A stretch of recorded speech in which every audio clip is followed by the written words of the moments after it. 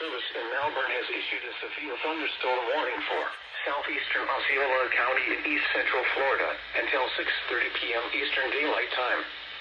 At 5:59 p.m. Eastern Daylight Time, a severe thunderstorm was located 7 miles southwest of Lake Marion, moving northeast at 15 miles per hour.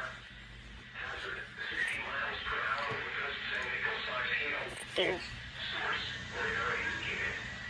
Impact, expect damage to roofs, siding, and trees. Locations impacted include Lake Kissimmee, Kenansville, and Lake Marion.